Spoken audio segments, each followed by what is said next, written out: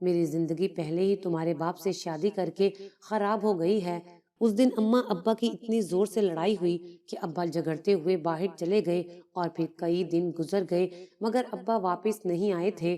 اماں کو اس بات کی کوئی پرواہ نہیں تھی، وہ تو مزے سے یہ دن گزار رہی تھی۔ آج رات مجھے نیند نہیں آ رہی تھی۔ ابا کا گھر پر ہونے سے ایک تحفظ کا احساس ہوتا تھا۔ جب سے ابا گئے تھے میں ٹھیک سے سو بھی نہیں سکی تھی۔ میں انہی سوچوں میں گم تھی کہ اچانک ابا جھونپڑی میں داخل ہوئے۔ میں ابا کو دیکھ کر بہت خوش ہو گئی مگر وہ بہت گھبرائے ہوئے لگ رہے تھے۔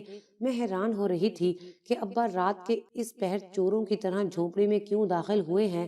میں نے ابا سے پوچھا تو وہ کہنے لگے، آہستہ بولو، میرے پیچھے کچھ لوگ پڑے ہیں، ان سے بچنے کے لیے میں پاگلوں کی طرح جھونپڑی میں آیا ہوں۔ میں نے کہا کہ وہ لوگ کون تھے اور آپ کے پیچھے کیوں پڑے تھے؟ ابا نے کہا کہ 2 سال پہلے میں نے ان سے قرض لیا تھا اور حالات ٹھیک نہ ہونے کی وجہ سے میں قرض ادا نہیں کر سکا، اس لیے وہ مجھے ڈھونڈ رہے ہیں۔ میں کہیں چھپا ہوا تھا اس لیے اتنے دنوں سے گھر بھی نہیں آ سکا۔ اماں نے مجھے کہا کہ دیکھ لیا تو نے، یہ ہے تمہارے باپ کی اصلیت، پھر کہتی ہو اماں بولتی کیوں ہو؟ ابا نے کہا کہ پھر سے لڑائی شروع ہو گئی، تم ہر وقت تیار رہتی ہو مجھ سے لڑنے جھگڑنے کے لیے، موقع ڈھونڈتی پھرتی ہو۔ میں نے کہا کہ اچھا بس کریں آپ دونوں اور کچھ نہیں تو میرا ہی خیال کر لیں۔ اپنی بیٹی کے سامنے کیسے ایک دوسرے کو تانے دیتے ہیں، آپ دونوں کو تو پتہ نہیں، لیکن قسمت میری خراب تھی جو آپ کے گھر میں زبردستی پیدا ہو گئی۔ کبھی سوچا آپ دونوں نے کہ میرا کیا قصور ہے، مجھے کس گناہ کی سزا مل رہی ہے؟ ایسی زندگی تو یتیموں کی بھی نہیں ہوگی جیسے آپ دونوں کے ہوتے ہوئے میں گزار رہی ہوں۔ ابا کچھ کہے بنا ہی اپنی چارپائی پر لیٹ گئے۔ اماں نے کہا کہ میں کیا کروں، تم خود بتاؤ، جو کچھ تمہارا باپ کر رہا ہے کیا کوئی بھی ذمہ دار شخص ایسا کرتا ہے؟ نہ اسے گھر کی کوئی فکر ہے اور نہ ہی ہماری، اس کو یہ احساس بھی ہے کہ گھر میں کچھ پکانے کو ہے بھی یا نہیں۔ اماں بھی سچ کہہ رہی تھی، اس میں اماں کا بھی کیا قصور تھا؟ گھر کے اخراجات پورے کرنا ابا کی ذمہ داری تھی، لیکن ابا کو بھی اس بات کی شاید کوئی پرواہ نہیں تھی۔ لیکن ایک دن اسی بات پر اماں ابا کا بہت جھگڑا ہو گیا اور اماں گھر چھوڑ کر چلی گئیں۔ میں نے بہت ڈھونڈا مگر اماں نہ ملی۔ گھر کے حالات پہلے سے بھی زیادہ خراب ہو گئے۔ میری ایک دوست تھی جو ہماری جھونپڑی کے پاس ہی رہتی تھی، وہ کہیں نوکری کرتی تھی۔ میں نے اسے کہا میرے لیے بھی کوئی کام ڈھونڈ دو، مجھے سخت ضرورت ہے۔ اس نے کہا کہ میں جہاں کام کرتی ہوں وہاں بات کروں گی، اور کچھ دن اسی طرح گزر گئے لیکن اس نے کچھ نہیں بتایا۔ میں نے سوچا کہ اپنی دوست سے بات کرتی ہوں، لیکن پھر یہ سوچ کر خاموش ہو گئی کہ اگر کوئی کام ملتا تو اس نے خود ہی بتا دینا تھا۔ گھر میں فاقے چل رہے تھے، اماں بھی ابھی تک واپس نہیں آئی تھی، لیکن ان کی ایک ہی ضد تھی کہ ابا کوئی اچھا کام ڈھونڈیں گے تو گھر کے حالات اچھے ہوں گے، ساری زندگی جھاڑو دینے سے کچھ نہیں بنے گا۔ میں نے ابا سے کہا کہ آپ کوشش تو کریں کہ کوئی اچھا کام مل جائے اور ہمارے دن بدل جائیں، لیکن اب ایسے لگتا تھا جیسے ابا اس کے علاوہ کوئی اور کام نہیں کرنا چاہتے۔ کچھ دن بعد اماں پتہ نہیں کہاں سے آئیں اور حالات دیکھتے ہوئے انہوں نے ابا سے طلاق کا مطالبہ کر دیا اور ابا نے میرا سوچے سمجھے بنا اماں کو طلاق دے دی۔ میں نے بہت کوشش کی ابا کو سمجھانے کی، لیکن ابا سمجھنا ہی نہیں چاہتے تھے، اس لیے فوراً فیصلہ سنا دیا۔ اس سے تو بہتر تھا کہ اماں کے گھر والے اماں کی شادی ہی نہ کرتے، اگر کرنی ہی تھی تو دیکھ بھال کر شادی کرتے۔ اب کیا حاصل ہوا؟ زندگی تو میری 2 حصوں میں بٹ کر رہ گئی تھی۔ ماں باپ کے ہوتے ہوئے نہ کبھی ماں کا پیار نصیب ہوا اور نہ ہی باپ کا۔ میری دوست ایک دن گھر آئی اور اس نے کہا کہ جہاں میں کام کرتی ہوں وہاں ایک کام ہے، اگر تم کرنا چاہو۔ میں نے کہا کہ جیسا بھی کام ہو مجھے منظور ہے، فاقے کرنے سے بہتر ہوگا کہ تاکہ کچھ کما کر پیٹ پال لیا جائے۔ میری دوست نے کہا کہ میں ایک یتیم خانے میں کام کرتی ہوں، اس جگہ تمہارے لیے بات کی تھی، تم کل میرے ساتھ چلنا۔ یتیم خانے کی وین لگی ہوئی ہے، وہ خود لے کر جاتی ہے اور خود چھوڑ کر بھی جاتی ہے۔ میں اگلے دن اپنی دوست کے ساتھ چلی گئی۔ میں بھی اپنی دوست کی طرح سارا دن بچوں کی دیکھ بھال کرتی۔ ان بچوں کو دیکھ کر مجھے اپنے حالات یاد آتے، اپنا وقت یاد آتا۔ مجھے لگتا تھا کہ میں ماں باپ کے ہوتے ہوئے بھی ایسی زندگی گزار رہی تھی، لیکن پھر بھی اللہ تعالیٰ کا شکر ہے کہ یہاں کام کرنے سے 2 وقت کی روٹی کا تو بندوبست ہو جاتا ہے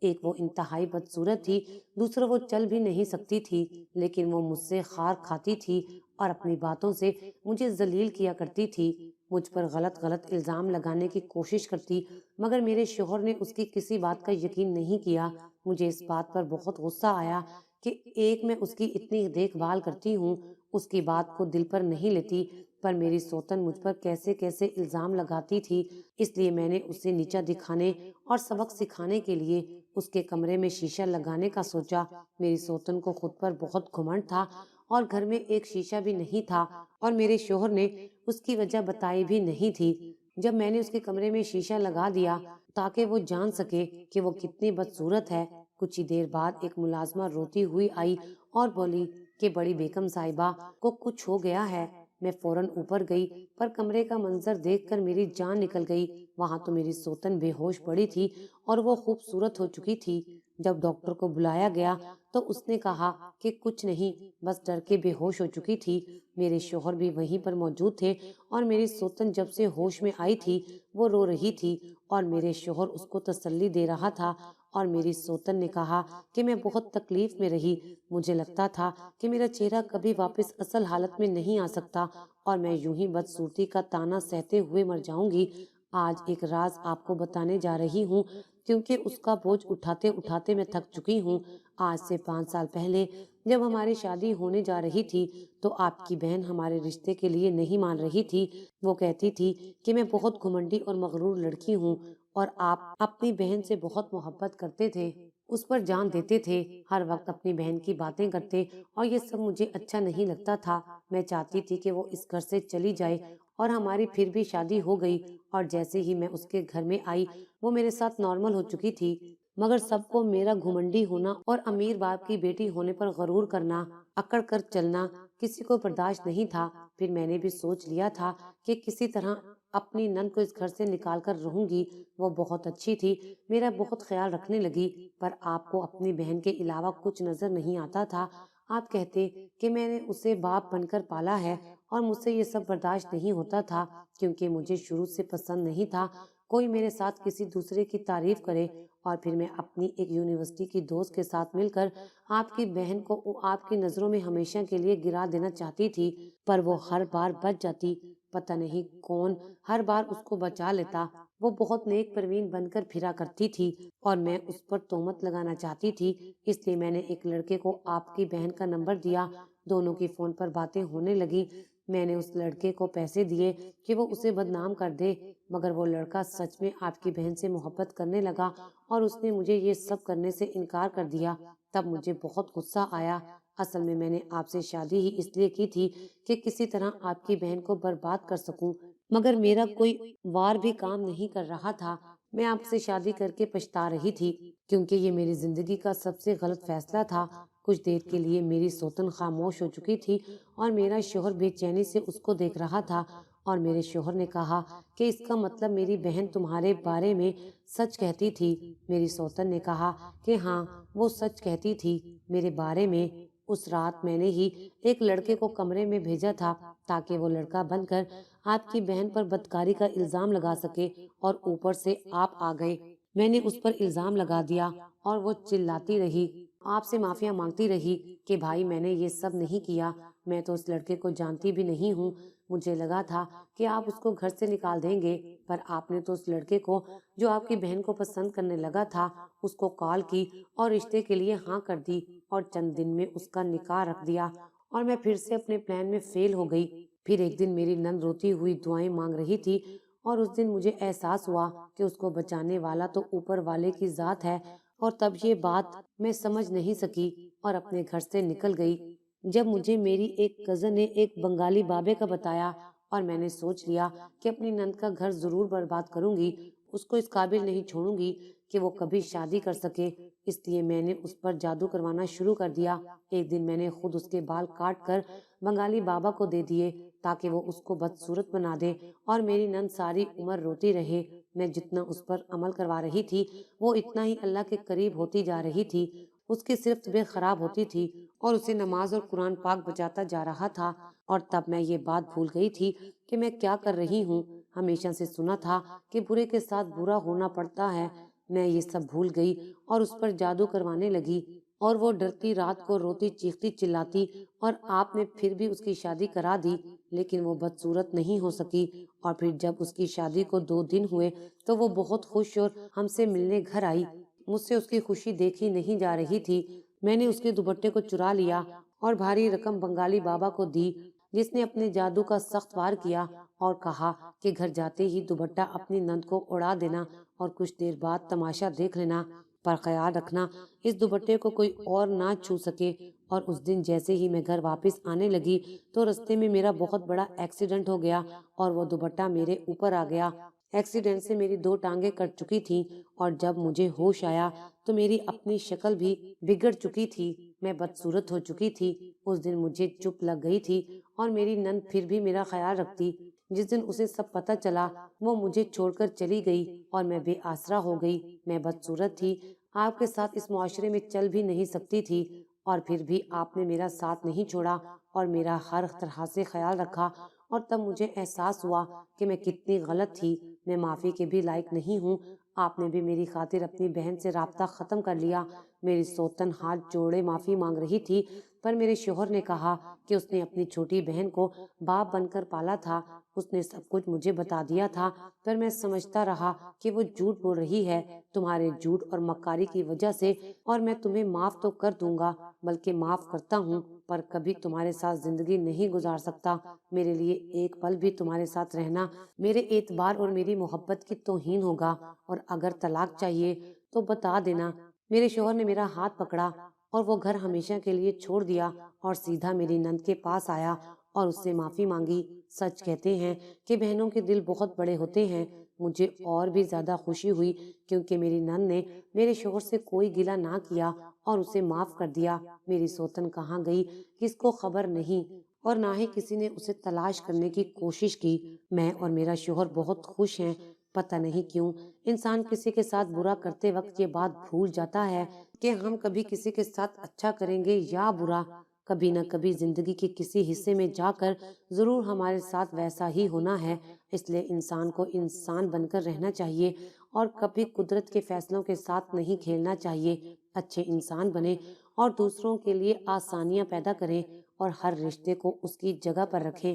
جب ہم رشتے کو اس کی جگہ اس کے مقام پر رکھیں گے تو کبھی بھی رشتوں کو نبھانا مشکل نہیں لگے گا۔